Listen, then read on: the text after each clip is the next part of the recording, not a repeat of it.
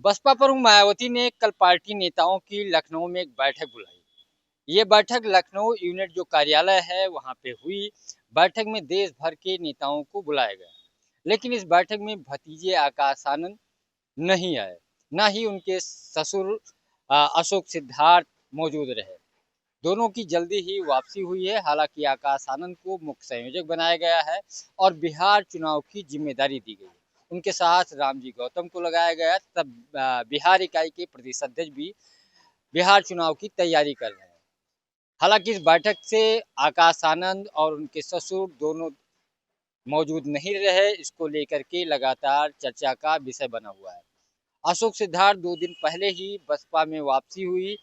बैठक के एक दिन पहले जब आकाश आनंद के ससुर अशोक सिद्धार्थ ने सार्वजनिक रूप से माफी मांगी हाथ जोड़ करके, तब उनकी पार्टी में वापसी हुई। मायावती ने एक्स पे पोस्ट लिखते हुए लिखा कि राज्यसभा सांसद व कई बार के नेता बसपा के जो दलितों और गरीबों के लिए काम कर रहे हैं, समाज के लिए काम कर रहे हैं, माफी मांगने के बाद उनकी वापसी हो रही है और उनका निष्कासन रद्द किया जा रहा है। वो अब बसपा का जो मिशन है उसके लिए काम करेंगे, लेकिन कल की बैठक में नहीं आए। यानी अभी सब कुछ चीजें तय नहीं हुई है।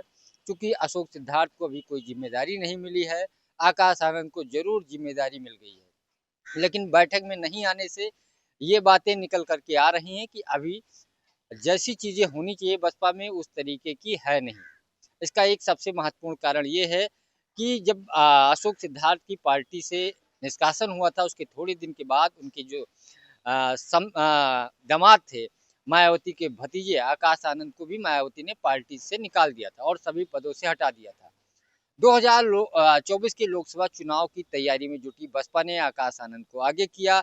सीतापुर में एक चुनावी जनसभा पे बीजेपी और देश के प्रधानमंत्री पे एक ऐसा बयान दिया जिसके बाद मायावती ने उनको रैलियों से दूर कर दिया।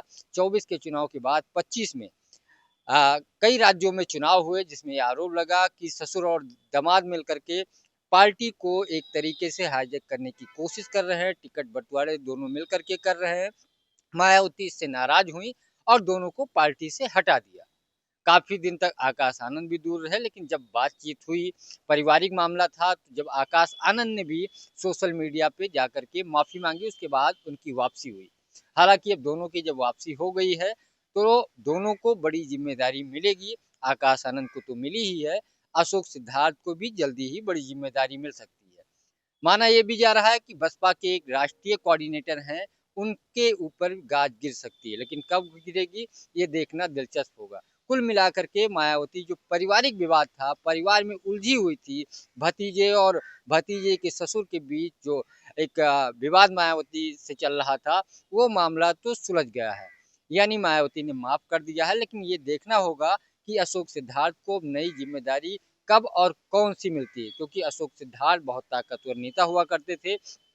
आने वाले समय में बिहार का चुनाव है, उससे पहले पंचायत चुनाव है, तो इन सब मुद्दों को लेकर के जल्दी ही बड़ी और महत्वपूर्ण जिम्मेदारी दी जा सकती है। इसके बाद असम सहित कई ऐसे राज्य हैं जहां पे चुनाव है और बसपा लगातार जो वोट परसेंटेज है उसका गिरता जा रहा है, इससे चिंतित है। राष्ट्रीय पार्टी का दर्जा भी छीन सकता है। उत्तर प्रदेश में एकमात्र विधायक हैं, लोकसभा में उसे कोई सीटें नहीं मिली, तो कई ऐसी चीजें हैं जिसको अब आकाश आनंद को आगे किया है। युवाओं को जोड़ने की कोशिश की जाएगी। लखनऊ में एक बड़ी रैली होगी 9 अक्टूबर को, और ये ऐसी रैली होगी जो मायावती दिखाने की कोशिश करेंगी कि अभी दलितों की नेता देश में सिर्फ मायावती हैं। इससे मैसेज देने की भी कोशिश करेंगे कि हालांकि कल बैठक में कई सारे मुद्दों पे चर्चा हुई, जिसमें अमेरिका के टैरिफ वार से लेकर के देश में जो एक सामाजिक ढांचा है उसको लेकर के कि जातीय जो हिंसा हो रही है या जो धर्म के आधार पे लोगों को बांटा जा रहा है, इससे कैसे निपटा जाएगा, इन सब मुद्दों पे फिलहाल चर्चा हुई। और मायावती ने स्पष्ट संकेत दिया कि आने वाले समय में संगठन का विस्तार होगा। यानी जैसे ही संगठन का विस्तार या संगठन का कार्य होगा, अशोक सिद्धार्थ को बड़ी जिम्मेदारी मिल सकती है। पंकज चतुर्वेदी, टीवी 9, लखनऊ।